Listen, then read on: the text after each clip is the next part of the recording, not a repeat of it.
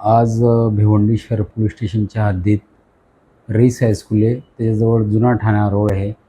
तिथं फहीम मोमीन, तो त्याची काका जमीर मोमीन आणि दुसरे लहान काका जावेद मोमीन असे बसलेले होते. तर रोडच्या समोरच्या बाजूला आरोपी हे नेहमी तिथं बसायचे आणि येणाऱ्या जाणाऱ्या लोकांना टॉन्ट मारायचे, काहीतरी त्यांची मजा घ्यायची. त्यामुळे जे आजचे मृतक आहेत जमीर यांनी त्यांना हटकलं, तुम्ही इथं का बसतात वगैरे आणि लोकांना हे करतात.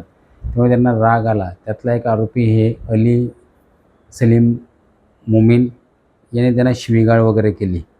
नंतर हा जो मृतक आहे त्याला परत समजवलं.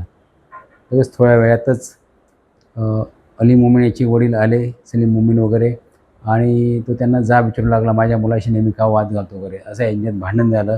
तेव्हा आरोपी सलीम मोमीन, त्याचा मुलगा अली मोमीन, हमजा मोमीन आणि एक नबी इम्रान यांनी जो मृतक जमीर मोमीन, त्याचा भाऊ जावेद आणि पुतण्या यांना हातबुक्कीने लाथाने वगैरे मारहाण केली.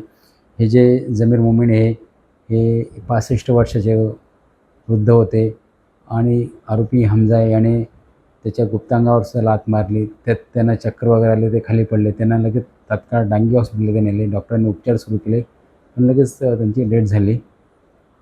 त्यामुळे पोलीस स्टेशनला माहिती मिळाल्यावर तात्काळ आम्ही घटनास्थळी गेलो आणि 2 आरोपी ताब्यात घेतलेले आहेत, सलीम मोमीन आणि त्याचा मुलगा अली मोमीन.